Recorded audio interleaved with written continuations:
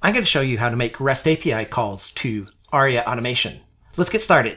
Hi everyone, I'm Watrous from VVork. If this is your first time here and you want to learn about automating, programming, and monitoring in VMware environments, you're in the right place. This is part 9 in a 10-part video series in which we're exploring how to make REST API calls.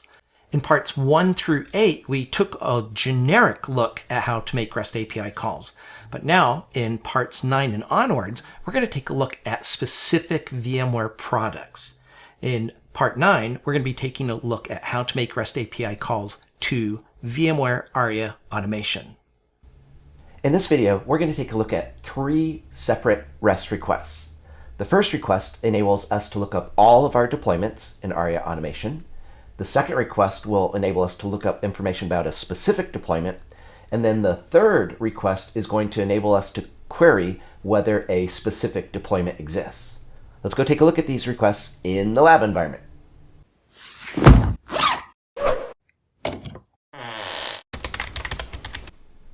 To use any of these 3 REST requests, you need to either go into Aria Automation, into its GUI, and do a deployment manually, or if you've gone through the last few videos, you know how to do deployments through the REST API. So make certain you've got some deployments. Taking a look at my environment, you can see that I have 3 different deployments. Let's take a look at our first request, the one called Get All Deployments. Get All Deployments doesn't require that you pass any fancy query parameters to identify which deployments, because we're looking up all of the deployments. And furthermore, there's no need to specify anything about which deployment here in the body tab, because we're looking up all the deployments. Specifically, we're looking up all the deployments for the user that we're authenticated as. So taking a look here, we've got our endpoint URL. Again, by now you know where I'm looking up these endpoint URLs. We do have one little bit of code here in the test tab. When this request runs, it's going to give us a lot of information, including one piece of information that it's going to give us is the deployment IDs of all of the deployments. For the subsequent REST requests, this code here is simply storing away in a Postman variable called deployment ID, the ID of the first deployment in our REST response that we're about to receive here. So let's go ahead and click on send. And as you can see, we've gotten back a bunch of information, including we've got a 200 series code. That's good.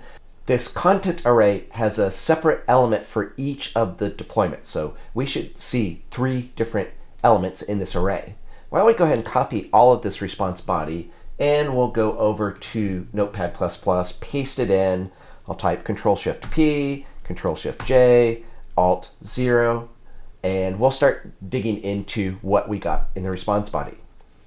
Now, in the response body, all of this stuff down below the content array, everything down below is essentially all about the paging feature in the Aria Automation REST API. That's a subject that we talked about in some of the preceding videos. We talked about how when you did when you looked up a blueprint, you didn't see necessarily all the blueprints, you saw just the first 20.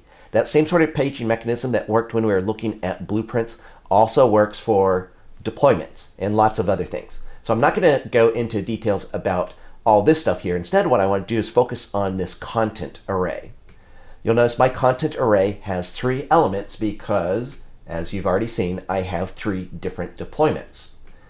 If we take a look at one of these, for example, this first one, you'll notice that it gives us information about the blueprint ID that was used to do that deployment.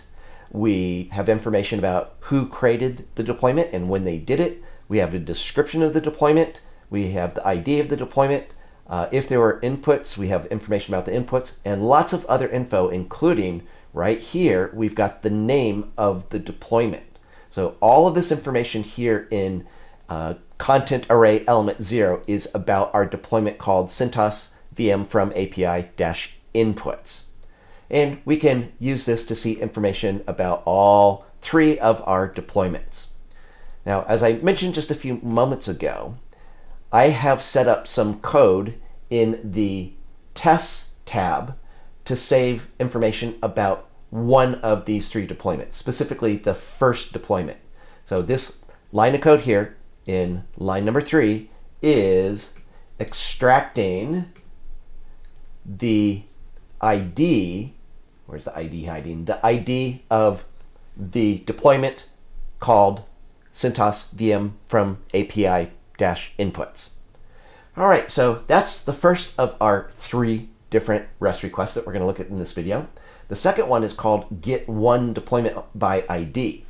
Now the endpoint URL here is very similar to what we just saw, but notice now we're passing in through a path parameter the deployment ID of the deployment that we want to look up. You'll recall in the previous request, what we've stored in here is the deployment ID of the deployment called, let me actually point to it here, the deployment called CentOS VM from API-inputs. So if we send this request, we get back information about a single deployment. Once again, I'm going to go ahead and copy this, and let's go over to Notepad++, Control-N, Control-V, Control-Shift-P, Control-Shift-J, and good old Alt-0. Now this response body is only giving us information about a single deployment. The deployment it's giving us information about is the deployment called CentOS VM from API-inputs. That's the deployment that has this ID. So what we see here is more detailed information about that particular deployment, including if we had passed in any inputs, here they are. So that's the second of our 3 REST requests. Let's take a look at the third REST request. This third REST request allows us to query to see whether a particular deployment exists. And in this case, unlike the previous request where we're looking up by deployment ID, this time we're not looking up by deployment ID. This time we're looking based on the name of the deployment that we're looking for. And the way this works is, again, the endpoint URL looks largely the same, but this time we're going to say /names followed by / in the name of the deployment that we're looking for. Let's go ahead and send this request. And you'll notice we got back a 404, which if there's any status code, everybody knows it's 404. 404 frequently means file not found. In this case here, it means that deployment you asked us to look for wasn't found. Again, we're looking for a deployment called Ubuntu space deployment. If we go over to Aria Automation, do you see a deployment here with the name Ubuntu space deployment? I don't. That's why we got back a 404. So let's change the URL slightly here.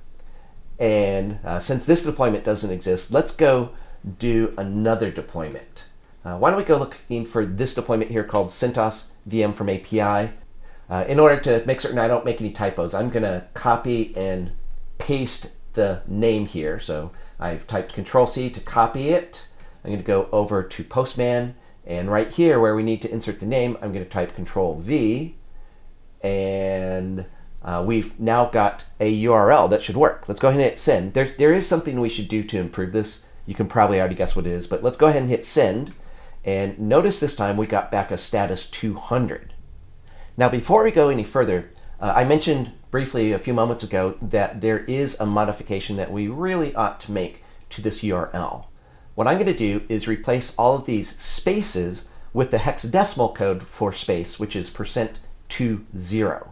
Again, I'll do that there, I'll do it here, and one more. So by escaping the spaces, replacing them with the hexadecimal code, we're making the URL safe. You can look on your own for more about escaping URL characters, but that's the change we made. When we click send, you'll notice that we got back a 200, which indicates that we have determined that that deployment does in fact exist. Now, as you can see here, there's no body in the response to this request, and that's fine.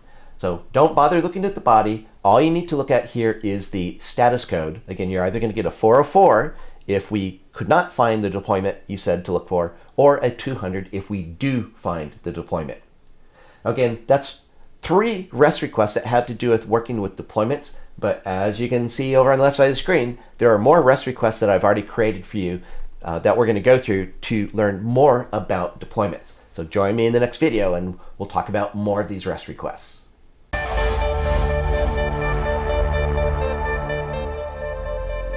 Join me in the next video and we'll continue looking at the Aria Automation API.